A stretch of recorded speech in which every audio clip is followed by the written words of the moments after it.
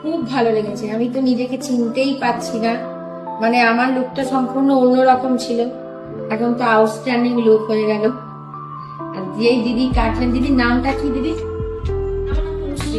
তনুশ্রী দিদি কাটলেন, পুরো মানে আমার লুকটাকে উনি চেঞ্জ করে দিলেন। আমি এত সুন্দর হেয়ার কাট জীবনেও করিনি, এই ফার্স্ট আমার।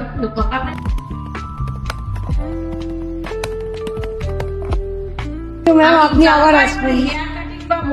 যাই করুক আমি এখানেই আসবো, আর কোথাও কোনোদিন যাবো না। Thank you.